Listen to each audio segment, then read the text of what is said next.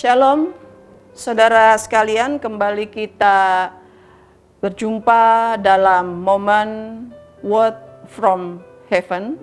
Dan saat ini saya akan mengajak saudara untuk kita boleh merenungkan firman Tuhan yang terdapat di dalam Matius pasal 22 ayat 34 sampai dengan ayat yang ke-40. Demikian firman Tuhan.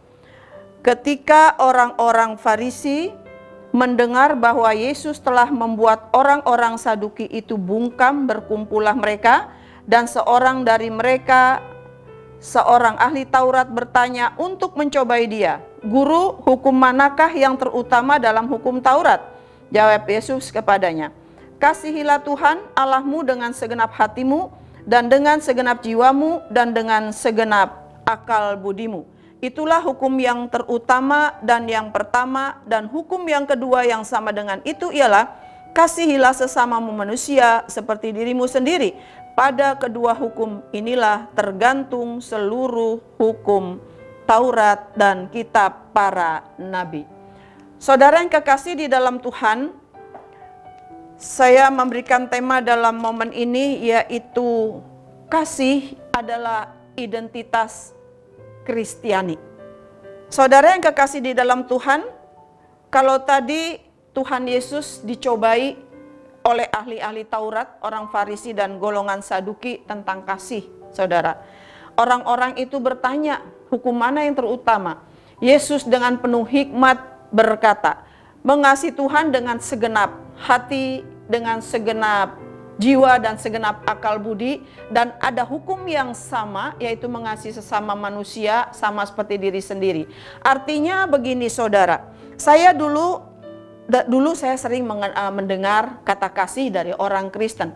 Saya pikir kasih hanya sebatas kasih biasa, orang mencintai, mengasihi. Tapi kasih yang di sini luar biasa, ya. Terutama kalau di dalam kekristenan kita mengenal ada kasih agape, ada kasih storge, ada kasih philia atau filio, atau ada kasih eros, saudara.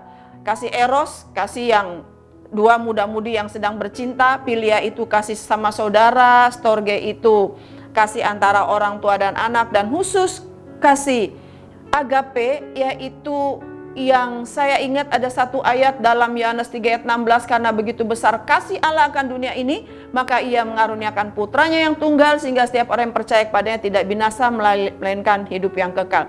Saya belajar dari kasih Tuhan ini. Siapa kita yang dikasih oleh Tuhan? Kita orang yang sudah berdosa, yang seharusnya bagian kita adalah neraka jahanam, bagian kita adalah kebinasaan. Tapi Tuhan mengasihi kita tanpa syarat. Nah, saya belajar saudara, kalau dalam 1 Yohanes 4 ayat 8 mengatakan, barang siapa tidak mengasihi, ia tidak mengenal Allah. Sebab Allah adalah kasih. Kenapa saya katakan kasih adalah merupakan identitas Kristiani, saudara? Sebagai orang Kristen, bukan hebatnya membaca berkhotbah, bukan hafalnya dia tentang firman Tuhan, tapi pada akhirnya adalah apa yang dia tampilkan, itulah identitas dia, saudara.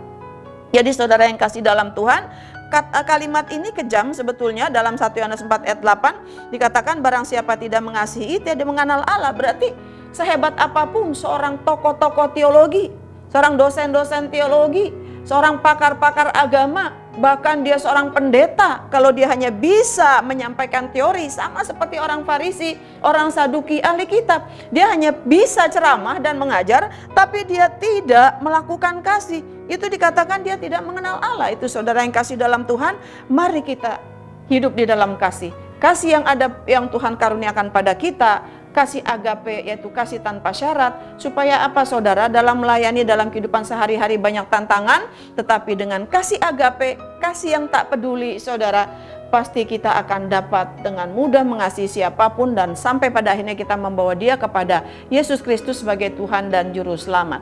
Saudara yang kekasih di dalam Tuhan, kita mempunyai Allah yang pengasih dan penyayang. Tentunya sifat ini harus ada pada kita, dan inilah yang harus kita tonjolkan, inilah yang harus kita tampilkan kepada orang banyak.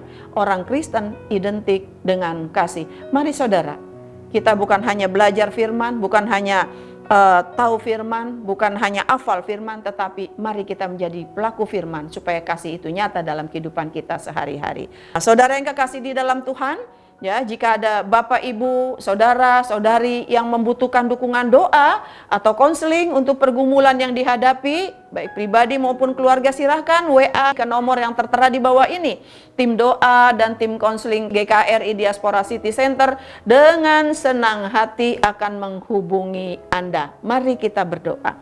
Bapa di surga, terima kasih, kami sadar kasih kami masih sangat terbatas Tuhan, tapi sebagaimana firman Tuhan yang kami telah baca, di mana Tuhan sangat menekankan, kalau kami mengasihi Tuhan dengan segenap hati, dengan segenap akal budi dan segenap jiwa, kami juga harus ekspresikan itu terhadap sesama kami, karena Tuhan Yesus katakan ada hukum yang sama ketika kami mengasihi sesama kami sama seperti diri sendiri. Bahkan 1 Yohanes 4 ayat 8 mengatakan, barang siapa tidak memiliki kasih, barang siapa tidak mengasihi, ia sama juga tidak mengenal Allah. Tuhan, kami orang-orang yang mengenal Engkau dengan baik. Itu sebabnya melalui perilaku kami, biarlah kami boleh menampilkan kasih-Mu yang nyata, supaya orang boleh melihat ada Yesus Kristus yang maha pengasih dan penyayang dalam diri kami, dan mereka tertarik untuk mendapat kasih karunia-Mu yang menyelamatkan. Di dalam nama Tuhan Yesus Kristus kami berdoa. Amin.